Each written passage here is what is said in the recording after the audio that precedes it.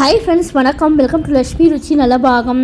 எல்லோரும் எப்படி இருக்கீர்கள்? இன்றைக்கி இந்த வீடியோவில் நம்ம பார்க்க போகிறது நினைத்தது நிறைவேறும் 30 முக்கோடி தேவர்களும் வழிபடும் மகா சிவராத்திரி வழிபாடு. எப்போது, சரியான தேதி, செய்ய வேண்டியவை, நினைத்தது நிறைவேறும் மாசி மாதத்தில் வரும் சிவராத்திரியின் முக்கியத்துவம் என்ன, இதெல்லாம் தான் இந்த வீடியோவில் ஷேர் பண்ணியிருக்கேன்.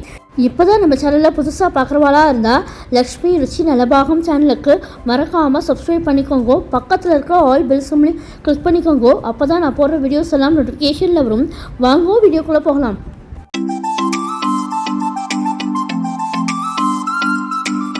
மகா சிவராத்திரி என்பது ஒரு வருடத்தில் வரும் மிக முக்கியமான விரத நாட்களில் ஒன்றாகும்.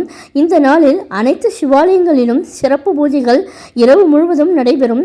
பலர் இந்த நாளில் குலதெய்வ வழிபாட்டினை மேற்கொள்வதையும் வழக்கமாக கொண்டுள்ளனர். குலதெய்வம் தெரியாதவர்கள் சிவனையே குலதெய்வமாக பாவித்து வழிபடுவதும் உண்டு. மகா சிவராத்திரி அன்று சிவபெருமானை வழிபட 30 முக்கோடி தேவர்களும் சிவாலயங்களுக்கு வருவதாக ஐதீகம்.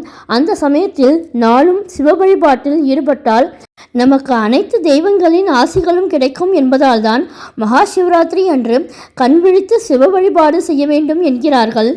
சிவபெருமானுக்குரிய வழிபாட்டு தினங்களில் முதன்மையாக சொல்லப்படுவது மகா சிவராத்திரி நாளாகும். சிவனுக்குரிய ராத்திரி என்பதால் இதை சிவராத்திரி என்றும், மகா மாதத்தில் வரும் சிவராத்திரி என்பதால் இதை மகா சிவராத்திரி என்றும் சிறப்பித்து சொல்கிறோம். சிவபெருமான் பார்வதி தேவியை திருமணம் செய்து கொண்ட நாளையே நாம் மகா சிவராத்திரி தினமாக கொண்டாடுகிறோம். இது வழக்கமாக பிப்ரவரி அல்லது மார்ச் மாதங்களில் வரும், அதாவது குளிர்காலத்தின் நிறைவாகவும் கோடை காலத்தின் துவக்கமாகவும் இந்த விரத நாள் கொண்டாடப்படுகிறது. மகா சிவராத்திரியின் சிறப்புகள்: வாழ்வில் இருக்கும் இருள், தடை ஆகியவை நீங்க வேண்டும் என்பதற்காக இரவு முழுவதும் கண் விழித்து சிவனை நினைத்து தியானம் வழிபடுவதற்கு ஏற்ற ராத்திரியாக சிவராத்திரி கருதப்படுகிறது.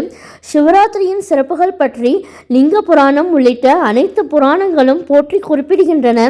மகா சிவராத்திரி அன்று இரவில் தான் சிவபெருமான் திருத்தாண்டவ நடனம் புரிந்து உலக உயிர்களை படைப்பது மற்றும் அழிப்பதற்கான சக்தி வாய்ந்த தெய்வீக தன்மையை வெளிப்படுத்துவதாக ஐதீகம். மகா சிவராத்திரி அன்று பக்தர்கள் சிவ மந்திரங்களை தொடர்ந்து பாராயணம் செய்வதால் பிரபஞ்ச ஆற்றல்களையும் சிவனின் அருளையும் பெற முடியும் என்பதும் நம்பிக்கை. மகா சிவராத்திரி 2025 எப்பொழுது? இந்த ஆண்டு மகா சிவராத்திரி விழா பிப்ரவரி 26ஆம் தேதி புதன்கிழமை வருகிறது. ஒவ்வொரு மாதமும் வரும் சதுர்தசி திதியை மாத சிவராத்திரி என கொண்டாடுவதே போல் மாசி மாதத்தில் வரும் சதுர்தசி திதியை மகா சிவராத்திரியாக கொண்டாடுகிறோம். பிப்ரவரி 26ஆம் தேதி காலை 10:18 மணிக்கு துவங்கி பிப்ரவரி 27ஆம் தேதி காலை 9:01 வரை சதுர்தசி திதி உள்ளது.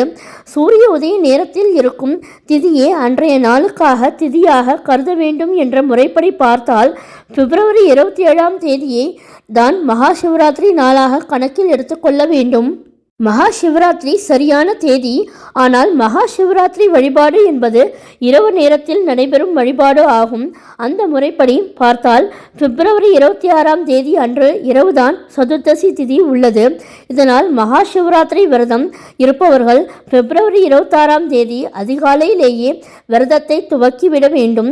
அன்று பகல் முழுவதும் விரதம் இருந்து பிப்ரவரி 26ஆம் தேதி அன்று இரவு கண்விழித்து சிவபூஜை செய்ய வேண்டும். பிப்ரவரி 26ஆம் தேதி அன்று இரவு நடைபெறும் 4 கால பூஜையில் கலந்து கொண்டு ஈசனை மனதார வழிபட வேண்டும்.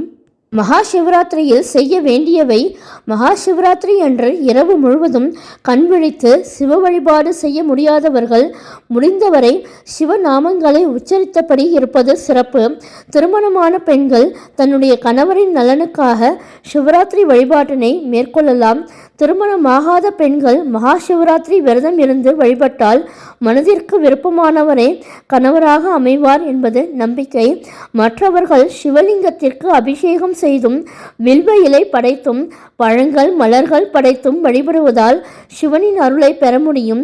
மனதார சிவனை வழிபடுபவர்களுக்கும் மகா சிவராத்திரி விரதம் இருப்பவர்களுக்கும் உதவி செய்பவர்களுக்கு சிவனின் அருளால் விருப்பங்கள் அனைத்தும் நிறைவேறும். மகா சிவராத்திரி சிவனுக்குரிய 5 விதமான சிவராத்திரிகள் பற்றி தெரியுமா? மகா சிவராத்திரி விரதம் மற்றும் வழிபாடு பற்றி அனைவருக்கும் தெரியும். மகா சிவராத்திரி அன்று இரவில் கண் விழிக்க வேண்டும் என்பதுதான் பலருக்கும் தெரியுமே தவிர எதற்காக கண் விழிக்கிறோம் என்ற காரணம் பலருக்கும் தெரிவது கிடையாது.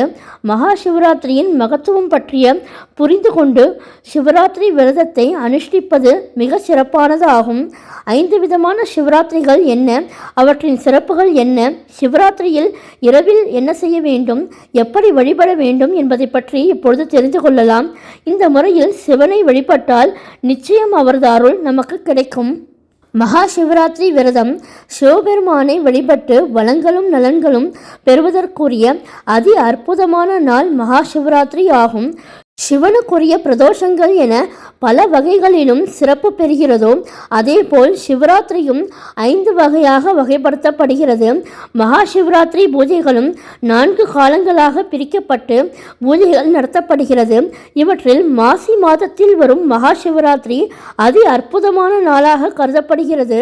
சிவராத்திரியின் வகைகள். யோக சிவராத்திரி என்பது யோகத்தின் மூலம் ஒரு யோகி தனக்கென ஒரு இரவை உருவாக்கி சிவனை வழிபடும் சிவராத்திரி. நித்திய சிவராத்திரி என்பது தினமும் வருவது. பக்ஷ சிவராத்திரி என்பது 2 வாரங்களுக்கு ஒரு தடவை வருவது. மாச சிவராத்திரி என்பது மாதாந்தம் வருவதாகும்.